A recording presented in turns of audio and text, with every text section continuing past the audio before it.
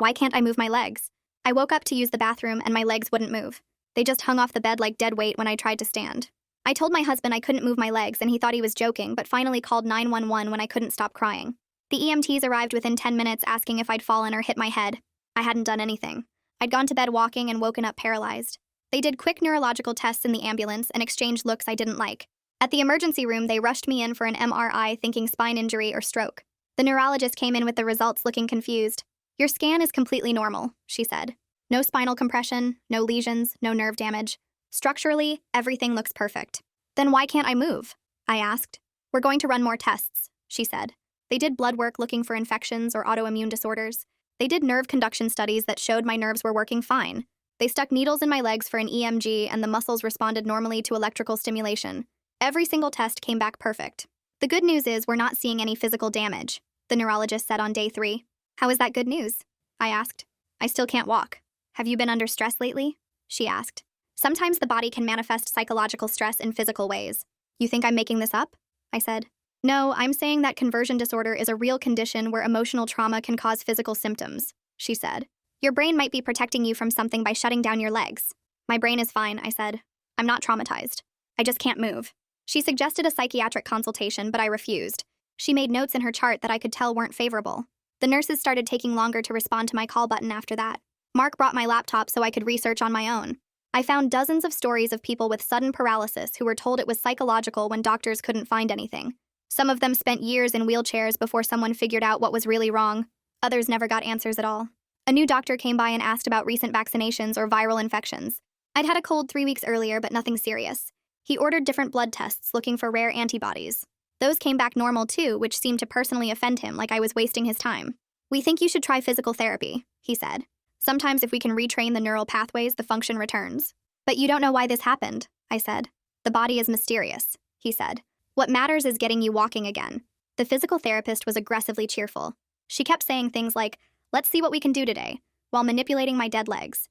She'd tell me to push against her hand, and then act surprised when nothing happened, like I wasn't trying hard enough. "I want you to visualize walking," she said. "Really see yourself standing up." "I'm paralyzed, not lacking imagination," I said.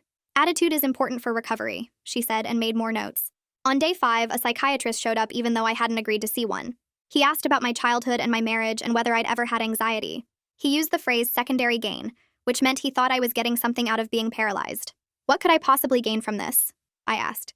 "Sometimes we're not conscious of our motivations," he said. I told him to leave. Mark started asking if maybe I should try the antidepressants they were suggesting. Even he was starting to doubt me. I could see it in the way he'd test my legs when he thought I wasn't watching, dropping things on them to see if I'd react. On day 7, they said they were discharging me. Nothing was physically wrong, so insurance wouldn't cover more hospital days. They'd arranged for a wheelchair and outpatient therapy. The neurologist gave me pamphlets about conversion disorder and functional neurological symptoms.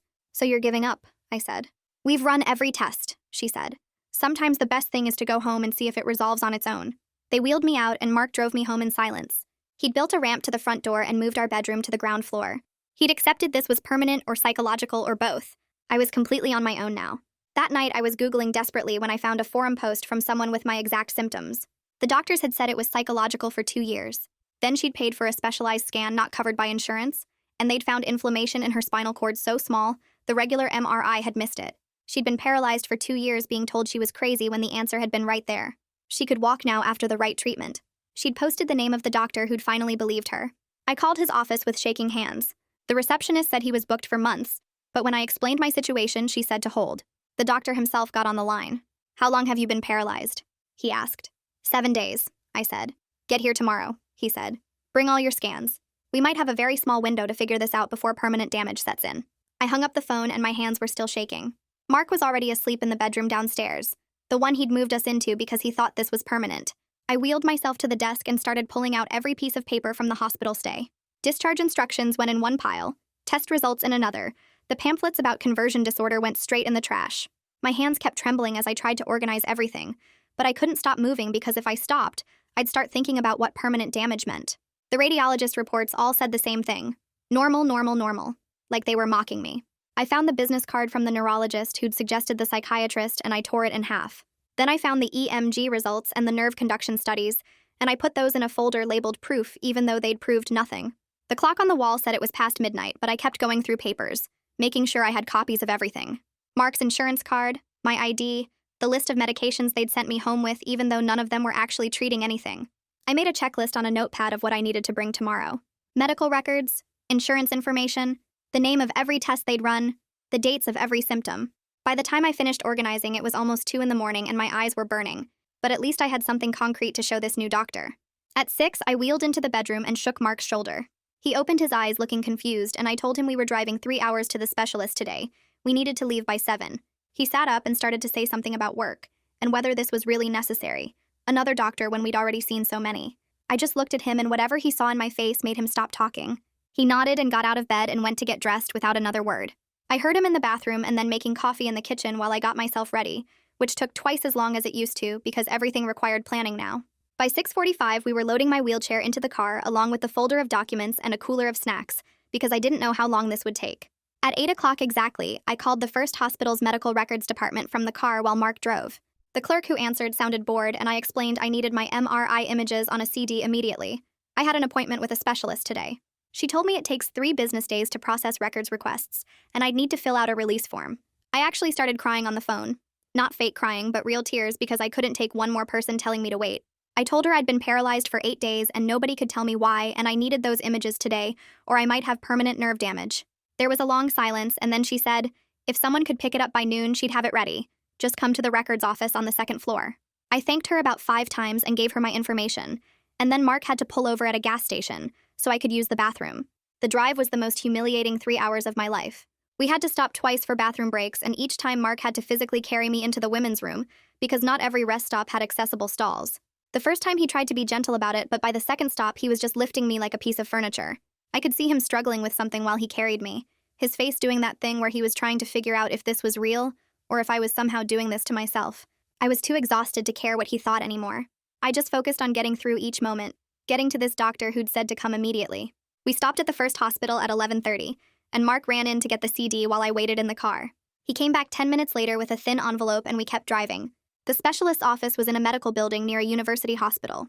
Mark got my wheelchair out and I transferred into it, and we went up to the 3rd floor. The intake nurse called me back at exactly 1:15, and Mark stayed in the waiting room. She led me to an exam room and spent the next 45 minutes taking my history, and for the first time since this started, someone wrote down every single detail without that look. You know the look. The one that says they think you're exaggerating or confused or making it up. She asked about the cold I'd had 3 weeks ago. What day exactly did it start? What were my symptoms? When did they resolve? She made notes when I described waking up paralyzed, how sudden it was, how my legs had just been dead weight. She asked about the hospital tests and wrote down every normal result, nodding like normal results meant something important instead of meaning I was wasting everyone's time. When I mentioned how the other doctors had treated me, she just kept writing. No judgment on her face at all. Then Dr. Holloway came in, and I knew immediately this was different. She examined me with complete focus, testing my reflexes with a little hammer and running something sharp along the bottom of my feet to check sensation. She explained what she was checking for with each test, not talking down to me but actually teaching me about my own body. She had me try to move my legs in different ways, and she measured how much I could do, writing everything down in specific terms instead of just, patient reports weakness. When I told her about the conversion disorder diagnosis and the psychiatrist who'd used the phrase secondary gain, she stopped writing and looked right at me. She said she believed something physical was happening to me, that my symptoms were real and we were going to figure out what was causing them. I actually started sobbing, just completely broke down crying in the exam room because someone finally believed me. She handed me tissues and waited until I could breathe again. She explained I might have something called transverse myelitis, which is inflammation in the spinal cord. It can be subtle enough to hide on regular scans, but serious enough to cause real paralysis, exactly what I was experiencing. Or it could be another inflammatory condition. There were several possibilities we needed to rule out. The validation felt like oxygen after drowning, like I could finally breathe after 8 days of being told I was crazy. But she was very clear this was still a working theory. We needed proof before we could start treatment. She needed to see my MRI images and probably do more testing. I gave her the CD from the hospital and she said she'd review it carefully with a colleague who specialized in reading these scans. Dr. Holloway pulled up a stool and sat down so we were at eye level. She told me she wanted to do a high-resolution MRI, something called a 3T MRI, with contrast that could pick up inflammation the regular scan might have missed.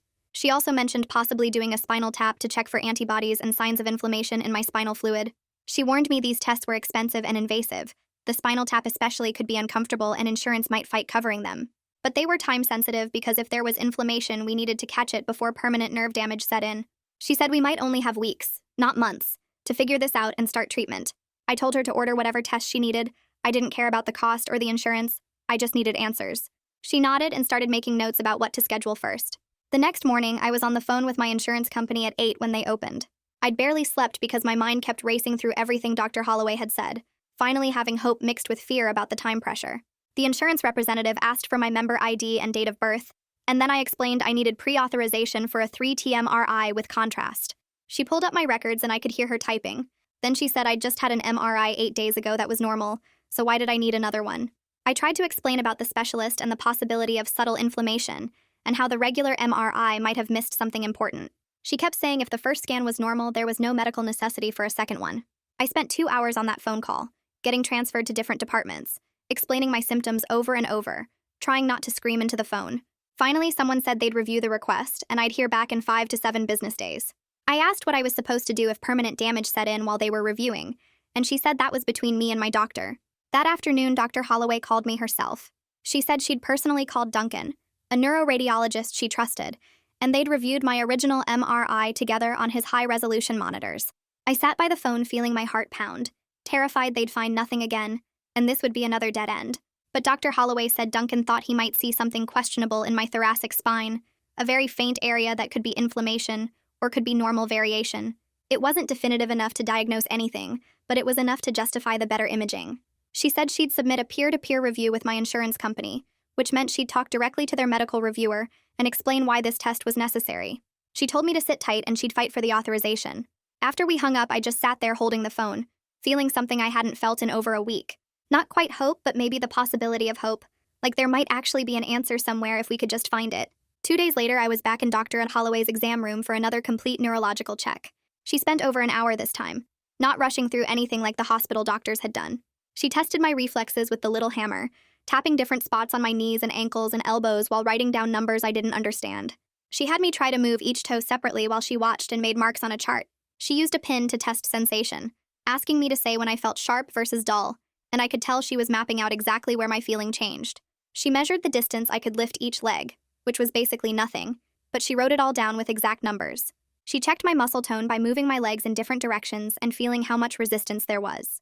When she finished, she had pages of documentation with grades and measurements, real proof that my body wasn't working right. Having it all written down in official medical language felt important, like building evidence for a case nobody believed yet. She made copies of everything from my records, and said this would help justify the advanced imaging to insurance. The whole exam made me feel taken seriously in a way the hospital never had, like my symptoms mattered enough to measure carefully. After the exam, we scheduled the 3T MRI for 2 days out, which felt both too soon and not soon enough. Dr. Holloway explained I'd need to lie completely still in the tube for 90 minutes while they got the detailed images. She asked if I needed sedation because anxiety could cause movement that would blur the scan. I said I'd be fine because I was scared sedation might somehow affect the results, but she made me promise to call if I changed my mind. She was thinking ahead about every detail that could go wrong, planning for problems before they happened. She gave me written instructions about not eating for 4 hours before and drinking extra water and removing all metal. The appointment card felt like the most important thing I'd ever held. On the drive home, Mark brought up the conversion disorder diagnosis again. He asked if maybe stress from work or something could be causing some of this, his voice careful like he was trying not to upset me. I told him if he mentioned psychology one more time, he could sleep in the guest room. He went quiet and we didn't talk the rest of the 3-hour drive back. The silence felt heavy and angry, filling up the car until I wanted to scream. I stared out the window watching the highway blur past and thought about how alone I was even sitting right next to him. When we got home, I went straight to the bedroom and shut the door. I spent the evening preparing for the scan like it was the most important test of my life. I set 3 alarms on my phone for the early morning appointment. I laid out clothes with no metal, checking the tags and seams twice. I filled up 2 water bottles and put them in the fridge. I read through the instruction sheet 5 times until I had it memorized. Mark helped me figure out transportation logistics without saying much, looking up the address and calculating drive time and where to the park. The silence between us felt like another person in the room, something solid and cold taking up space. He asked if I needed him to come in with me, and I said no. I could handle it alone. The scan day came, and the 90 minutes in the machine felt endless. The tube was smaller than I expected, and the noise was so loud even with earplugs. I focused on staying perfectly still, not even swallowing unless I absolutely had to, terrified any movement would ruin everything. My back ached from lying flat, but I didn't shift position. When they finally pulled me out, I was shaking and sweating, and my heart was pounding. Dr. Holloway called 3 days later with the results. She said the 3T MRI showed a faint area of questionable signal in my thoracic spine that might be inflammation. But it wasn't clear enough or big enough to confirm anything for sure. She used the word suspicious but not diagnostic, which meant we still didn't have proof. I was stuck in terrible limbo between vindication and continued doubt, between something being wrong and nothing showing up. She said it was enough to justify more testing, but not enough to start treatment yet. I wanted to scream because how could something be there but not really there? How could I be paralyzed but the scans still be mostly normal? 2 days later, an envelope came from the insurance company. Inside was a denial letter for the MRI I'd already had. They said it wasn't medically necessary since my first scan at the hospital had been normal. The bill was $12,000. I sat there holding the letter and actually started laughing at how absurd it all was. This horrible joke where I couldn't walk and now owed more money than I had. Then I was crying instead of laughing. Big, ugly sobs that made my whole body shake. Mark found me on the couch still holding the letter. That afternoon, Dr. Holloway called and said she was connecting me with someone who could help. Her name was Rowan Vasquez, and she was a patient advocate who specialized in insurance appeals. Dr. Holloway gave me Rowan's number and said to call her right away. I called and Rowan answered on the second ring. She asked me to email her all my documents and said she'd start working on it immediately. 2 hours later, she called back and said she'd already drafted an appeal letter explaining why the advanced imaging had been essential. Her voice was calm and confident, and she talked about the appeal process like it was something she did every day, which I guess it was. Having someone who knew what they were doing and believed me made me feel less alone than I had in weeks. That night, Mark and I had the worst fight we'd ever had. He was looking at our bank statements and the medical bills piling up. He said we couldn't afford to keep chasing expensive tests for something doctors couldn't find. He said maybe we should consider that stress could manifest physically, that the first hospital might have been right. I told him I'd rather be broke than paralyzed and gaslit for the rest of my life. I said if he didn't believe me, then what was the point of being married? He said he was just trying to be realistic about money. We yelled until our voices were hoarse and then stopped talking completely. He slept in the guest room. The next day, Dr. Holloway called with a new plan. She wanted to start me on high-dose steroids while we waited for approval to do a lumbar puncture. The steroids might reduce inflammation if that was what was causing my paralysis, but they wouldn't prove anything diagnostically. She explained the side effects, mood changes and insomnia and nausea and weight gain. I said I didn't care. I'd try anything. She scheduled me for the first infusion 2 days later at an outpatient center.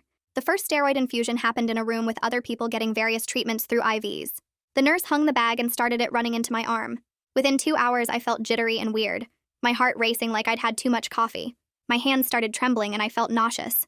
By that evening, I was a mess, unable to sit still but too tired to do anything. My heart kept pounding and I felt sick to my stomach. I lay awake all night feeling wired and miserable, staring at the ceiling and wondering if I was trading one kind of suffering for another. Mark checked on me once, but I pretended to be asleep because I didn't want to talk to him. The jittery feeling from the steroids kept me wired until maybe 4 in the morning when I finally dozed off for an hour. When I opened my eyes, the sun was coming through the window and my heart was still racing from the medication. I shifted in bed trying to get comfortable, and that's when it happened. My left thigh twitched. Just once, a tiny flutter under the skin that lasted maybe half a second. I froze completely and stared down at my legs, willing it to happen again. Nothing. I pressed my hand against the spot where I'd felt it and waited. Still nothing. Maybe I'd imagined it, or maybe it was just a random muscle spasm that didn't mean anything at all. I was terrified to hope because what if I got my hopes up and it turned out to be nothing? I grabbed my phone and almost texted Dr. Holloway, but then stopped myself because one twitch wasn't proof of anything. I spent the rest of the morning obsessing over my legs and trying to make them twitch again through sheer willpower. 3 days later, I was back at the hospital for the lumbar puncture. They had me sit on the edge of the exam table and curl forward over a pillow, while a doctor I'd never met before felt along my spine looking for the right spot. The nurse kept telling me to stay very still and breathe normally, but my whole body was tense. When the needle went in, I felt this sharp stabbing pain that made me gasp and grab the nurse's hand. The doctor said I was doing great, but the pressure in my spine was horrible and wrong in a way I can't describe. It felt like someone was drilling into my back, and I could feel the needle moving deeper, and I wanted to scream. The whole procedure took maybe 15 minutes, but it felt like hours. Afterward, they made me lie flat on my back and said I needed to stay horizontal for a few hours to prevent a spinal headache. Within an hour, my head started pounding anyway, this crushing pressure that got worse every time I tried to sit up even a little. I threw up twice into a basin the nurse brought, and the movement made my head hurt. So bad I saw spots. They kept me overnight, and I spent 2 days after that lying completely flat in bed at home, wondering if I'd made a huge mistake letting them do this. Dr. Holloway called me while I was still lying flat and said she wanted to video conference with a colleague who knew about rare inflammatory conditions. I said yes, and she scheduled it for the next afternoon. When the call connected, I could see Dr. Holloway in her office and another doctor in what looked like a different clinic. They talked about my case like I wasn't there at first, discussing the timeline and my symptoms and the imaging results. The other doctor asked about my reflexes and whether I'd had any infections recently. Requested Reds is on Spotify now. Check out link in the description or comments. Dr. Holloway pulled up my scans on her computer, and they both leaned in looking at something I couldn't see. They used words I didn't understand, but their tone was engaged and curious, like they were working on a puzzle they actually wanted to solve. It helped somehow, knowing she wasn't just giving up or passing me off. When they were included me in the conversation, the other doctor said my presentation was unusual but not impossible, and they should keep investigating. After the call ended, I felt less alone than I had in days.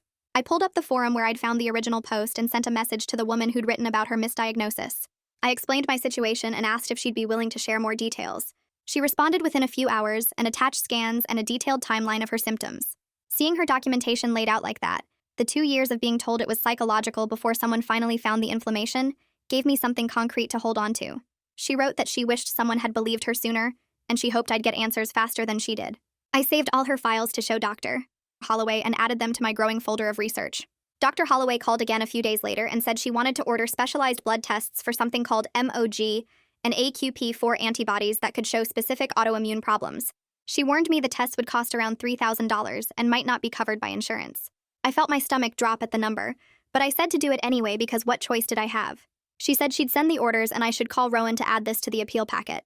I called Rowan right after and she answered on the first ring like always. She made notes about the new tests and said she'd update the appeal with medical necessity documentation.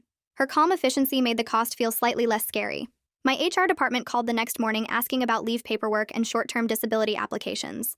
I'd been so focused on getting a diagnosis that I hadn't dealt with the fact that I couldn't work anymore.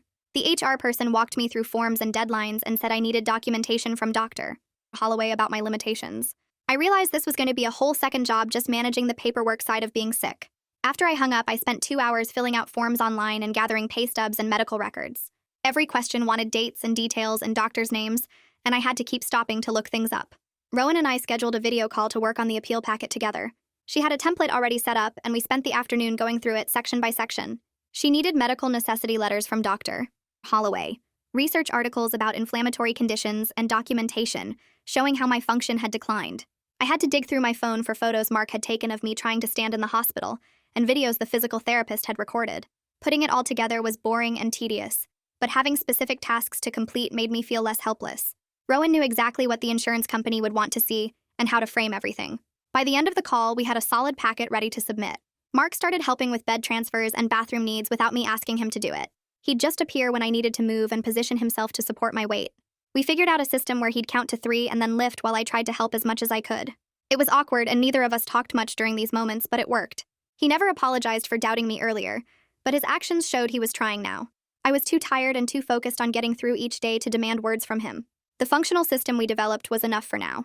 The second steroid infusion happened a week after the first one, and this time was different. About an hour after they started the IV, I felt this burning sensation in my legs, like they were on fire from the inside. It was horrible because my legs were still paralyzed, but somehow I could feel this intense burning pain in them. I called the nurse and she paged Dr. Holloway, who came by within the hour. Dr. Holloway examined me and adjusted my medications, then explained this nerve pain might actually be a sign of the nerves waking up. She said she couldn't promise anything, but sometimes pain meant the pathways were trying to reconnect. The burning continued for days, and I had to take new medication just to sleep through it. The rehab facility called to schedule my evaluation, and I met Maya for the first time. She was younger than I expected and had this direct way of talking that I liked immediately. She did a full assessment, measuring my range of motion and testing what I could and couldn't do. Then she sat down with me and created goals focused on preventing my muscles from wasting away and keeping my joints moving. She never once suggested I should be able to do more than I could, or acted like my limitations weren't real. She treated my effort as actual work, and my struggles as legitimate problems to solve. When she explained the plan she'd created, I felt tears starting because someone finally saw this as real physical therapy for a real physical problem. She scheduled me for twice-weekly sessions and gave me exercises to do at home, writing everything down in detail so I wouldn't forget. The insurance denial letter arrived 4 days later in a thin envelope that I knew was bad news before I even opened it. I read through the bureaucratic language twice, trying to understand what they were actually saying, and it came down to a technicality about pre-authorization timing. They claimed the test should have been approved before it happened, even though Dr. Holloway had ordered it urgently, because she thought I might have permanent nerve damage. The letter made it sound like we'd broken some rule on purpose instead of trying to figure out why I couldn't walk. I sat there staring at the paper feeling completely defeated, because how was I supposed to fight this when I could barely get myself to the bathroom? I called Rowan and she answered on the second ring. She listened while I read the denial letter out loud, and then explained we could file a state-level grievance that went above the insurance company's internal review. Her voice was calm and matter-of-fact, like this was annoying but not surprising, and somehow that pulled me back from the edge of giving up entirely. She said to send her the denial letter, and she'd start drafting the grievance paperwork today. The next morning, Rowan emailed me a detailed list of everything she needed for the state grievance packet. I spent 3 hours gathering additional documentation, printing out research articles about transverse myelitis and similar conditions, organizing my medical records into a timeline that showed how fast everything had happened. Having specific tasks to complete kept me focused instead of spiraling into panic about the $12,000 bill. Rowan explained these fights usually took months, but we had a strong case because Dr. Holloway's medical necessity letter was thorough, and the timing issue was debatable.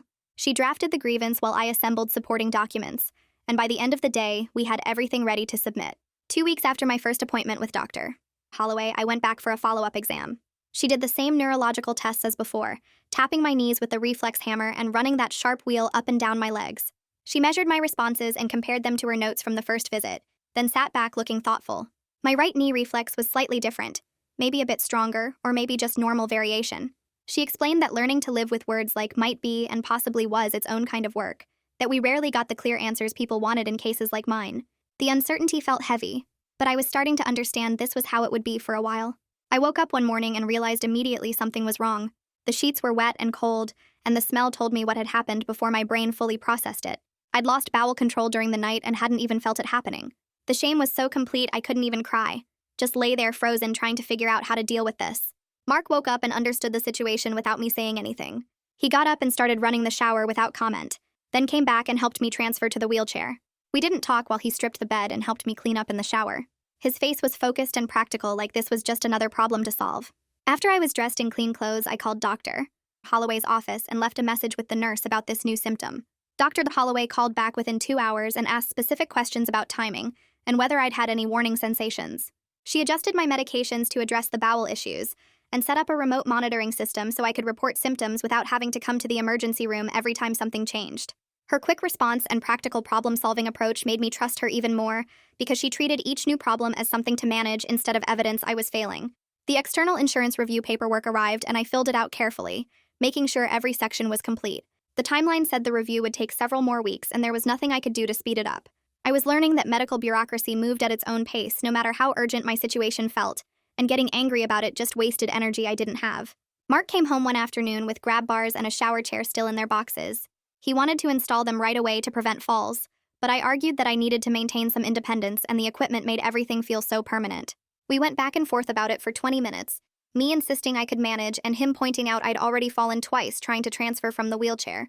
Eventually, I agreed to let him install the equipment because safety mattered more than my pride, even though accepting that felt like giving up something important. The third steroid infusion happened 3 weeks after the first one, and this time something was different.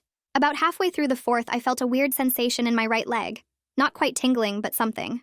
I stared down at my foot and concentrated hard, trying to make my toes move. Nothing happened at first, but then my big toe twitched slightly. I did it again, and the toe moved a tiny bit, maybe a centimeter. I called the nurse over, and she paged Maya, who came up to document what was happening. Maya tested my toe movement officially, measuring the range and strength, and wrote everything down in her notes with the exact time and date. She told me not to get too excited yet because recovery wasn't always linear, but I could see she was pleased. I let myself feel cautious hope for the first time since this started.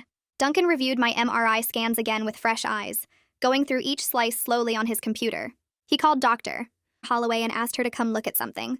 When she called me later that day, she explained Duncan had identified a faint area of increased signal on the T2 images that he'd initially missed because it was so subtle. Having concrete imaging evidence felt like proof I wasn't crazy, even though we still didn't know exactly what it meant or how to treat it. At my next appointment, Dr. Holloway started using the phrase probable transverse myelitis in her notes. She explained it was the best working diagnosis even without perfect confirmation from all the tests. The antibody tests had been negative and the spinal tap hadn't shown clear inflammation, but the pattern of my symptoms, plus the subtle imaging findings, plus the response to steroids all pointed towards some kind of inflammatory condition affecting my spinal cord. Having a name for this made it feel more real and less like something I was imagining or causing myself, even though probable meant we still weren't completely certain. That night, Mark came into the bedroom where I was sitting up with my laptop and he pulled the chair close to the bed. He looked tired and older than I remembered him looking before all this started. He said he was sorry for doubting me, and that he'd been scared out of his mind watching me lose the ability to walk. He admitted he didn't know how to handle that kind of fear, so he'd convinced himself it might be psychological because that felt fixable somehow. It wasn't a perfect apology, and he didn't take back every hurtful thing he'd said or done, but I could tell he meant it. Something in my chest that had been tight for weeks loosened just a little bit. I told him I understood being scared, but I'd needed him to believe me when nobody else would. He nodded and reached for my hand, and we sat there for a while not saying much else. The next morning, Rowan called with news about the insurance appeal. They'd partially approved it retroactively, which meant they would cover the cost of the 3T MRI I'd already had. She explained there were restrictions on future imaging, and they weren't agreeing to pay for everything, but getting $12,000 covered was significant progress. I could hear the satisfaction in her voice, like she'd won a battle she'd been expecting to lose. She told me to keep all the documentation because we might need it for future appeals. I thanked her about 5 times, and she laughed and said this was literally her job. After we hung up, I felt like I could breathe a little easier knowing that one massive bill wasn't hanging over us anymore. That afternoon, I joined a virtual support group for people with transverse myelitis and related spinal conditions that someone on the forum had recommended. I logged into the video call feeling awkward about seeing strangers' faces while sitting in my wheelchair, but everyone else was dealing with similar stuff. One woman talked about managing bowel issues, and I realized I wasn't the only person dealing with that humiliation. A guy described the burning nerve pain he'd had during recovery, and it sounded exactly like what I was experiencing. Someone else recommended a specific type of ankle-foot orthotic brace that had helped them walk more safely during their recovery. Hearing practical strategies from people who'd actually been through this helped more than any therapy session with someone who'd only read about it in textbooks. I ordered the brace online that night and felt like I'd found my people.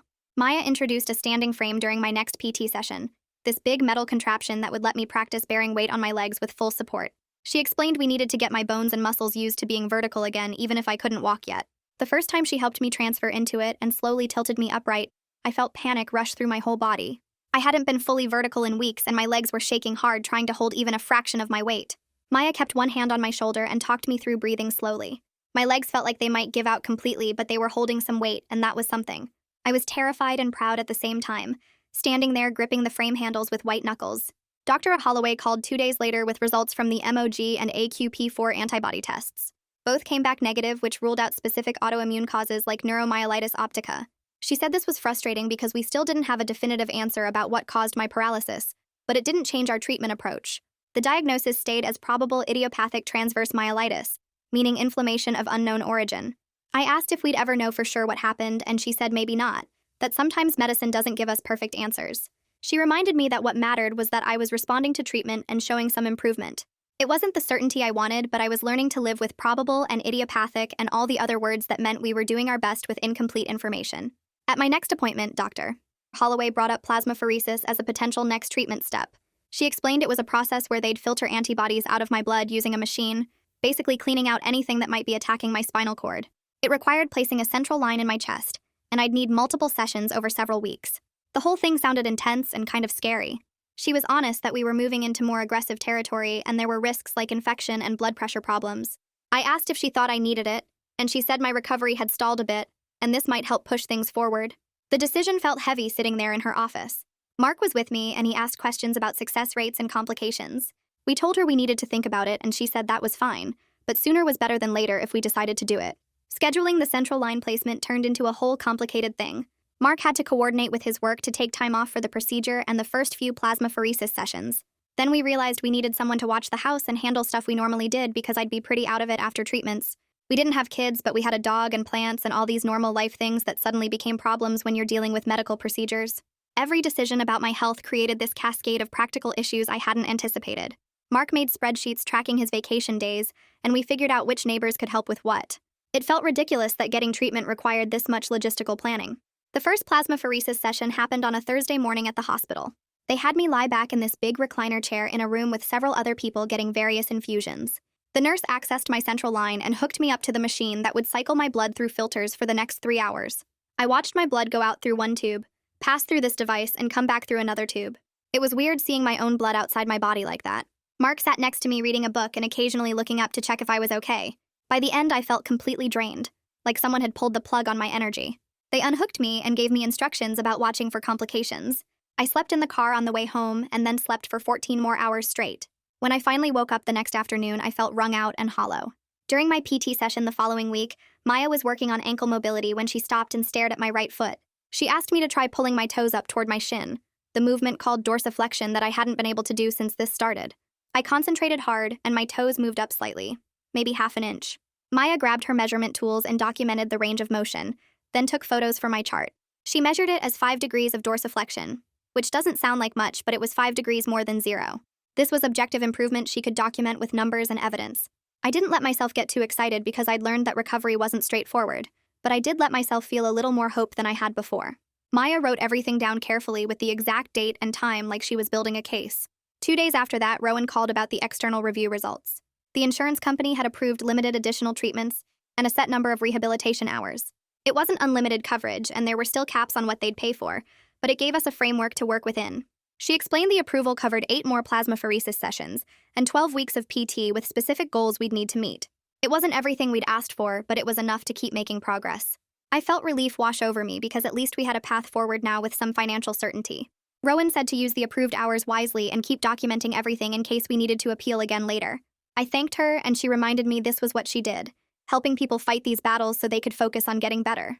I spent the next 2 days gathering every piece of documentation from the first hospital while Rowan drafted the formal complaint. We sat at my kitchen table with papers spread everywhere, building a timeline of how they dismissed my symptoms and pushed the conversion disorder diagnosis without proper investigation. Rowan showed me how to reference specific medical records and highlight the gaps in their diagnostic process. She explained the complaint might not result in any real consequences, but creating an official record mattered, especially if other patients experienced similar dismissal. I signed the forms, and Rowan filed them electronically with the state medical board and the hospital's patient relations department. The next week, Mark came with me to my appointment with Dr. Holloway, sitting quietly while she reviewed my latest test results and explained the diagnostic complexity. She walked through why transverse myelitis was so hard to catch on standard imaging, showing Mark the subtle signal changes on the advanced MRI that Duncan had identified. She described how inflammation could be microscopic, but still cause complete paralysis, and how the timing of symptoms made this different from psychological conditions. I watched Mark's face as he listened, seeing him finally understand why this had taken so long to figure out and why the first hospital's approach had been inadequate. On the drive home, he apologized again, this time with more understanding of what I'd been fighting against. Dr. Holloway and Maya worked together to create a home PT plan with specific exercises I could do daily without needing to travel to the clinic. Maya came to our house and showed Mark how to assist with the exercises, demonstrating proper support techniques and safety precautions. She gave me printed sheets with illustrations and set up weekly video check-ins to monitor my progress. Having a structured routine felt like taking back control when so much of my life still felt beyond my grasp. During one of these check-ins, Dr. Holloway talked about realistic recovery timelines, explaining some people with transverse myelitis regained full function, while others plateaued with permanent deficits. She said I should expect 3 to 6 months of intensive rehabilitation, and that my progress in the first few weeks was encouraging, but not predictive. Her honesty was hard to hear because I wanted guarantees, but I appreciated that she wasn't giving me false hope or making promises she couldn't keep. 2 weeks after starting the home exercises, Maya had me come back to the clinic to try walking with a walker. She positioned the device in front of me and stood close with her hands ready to catch me if I fell. I gripped the handles and managed to shuffle forward maybe 15 feet before my legs started shaking too badly to continue. The effort left me crying. Not from happiness or triumph, but from the overwhelming emotional release of moving under my own power after weeks of paralysis. Maya documented the distance and took notes about my gait pattern and endurance. The steroids were making me irritable and weepy beyond what seemed normal, my moods swinging wildly throughout the day. Dr. Holloway recommended a psychologist who specialized in helping people cope with medication side effects and medical trauma. I was nervous about seeing any mental health professional after the first hospital's approach, but this psychologist never suggested my original paralysis was psychological. She focused entirely on helping me develop strategies for managing the steroid effects and processing the trauma of being dismissed and gaslit by medical professionals. 3 weeks after filing the complaint, the first hospital sent a generic response denying any wrongdoing and defending their diagnostic approach as appropriate given the available information. I felt my stomach drop reading their dismissive language, but Rowan had warned me this was typical. We filed an appeal with more detailed documentation, including Dr. Holloway's notes about the delayed diagnosis and the specialized testing that finally identified the problem. Rowan said hospitals rarely admitted fault in initial responses, and we needed to keep pushing through their bureaucratic layers. My employer approved part-time remote work with accommodations, and I started logging back in for 4-hour shifts. The normalcy of doing my actual job again felt like reclaiming part of myself that had been lost in the medical chaos. I was completely exhausted after those 4 hours, and needed to nap immediately, but I felt proud that I could contribute something again beyond just managing my illness. My sister called about a family gathering coming up at a restaurant with steps at the entrance and no accessible bathroom. I had to decide whether to attend, knowing I'd need help getting inside, and people would ask questions about my wheelchair and recovery. After thinking it through, I told her I was skipping this one and setting that boundary without apologizing or feeling guilty about prioritizing my physical needs. 2 months after the initial complaint filing the appeal process, resulted in a response acknowledging that communication could have been better and announcing some modest policy changes about how they approached functional neurological diagnoses. It wasn't the accountability I wanted, no admission that they'd been wrong or apology for the harm caused, but it was something tangible. Rowan said even small policy changes could help future patients avoid what I'd experienced, and that perspective helped me accept the limited outcome. 3 months after waking up paralyzed, I walked 30 meters across Maya's clinic using my cane while she counted my steps and watched my gait pattern. My right leg still dragged slightly and my left foot turned inward when I got tired, but I made it the full distance without stopping. Maya measured it officially and wrote the number in my chart, looking genuinely pleased.